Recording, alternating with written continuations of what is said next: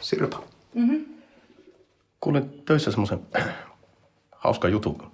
Tämä Repa, tai Reijohan, Repa on oikealta nimeltään, niin oli ostanut vaimolleen semmoisen tildon, tai mitä näitä nyt on semmoisessa nähnyt miestelehdessä. Ja kun ne oli sitten sänkyhommissa, niin se vaimo oli siinä hekuma huipulla työntänyt sen dildon Repalle takapuolelle. Niin pitäisikö meidänkin joskus kokeilla tätä? Ei. Miksei? Isto, sulla on niin pahat pukamat, että kun eihän sinne menee edes kuumemittari, niin ei siitä oikein taitaisi mitään tulla.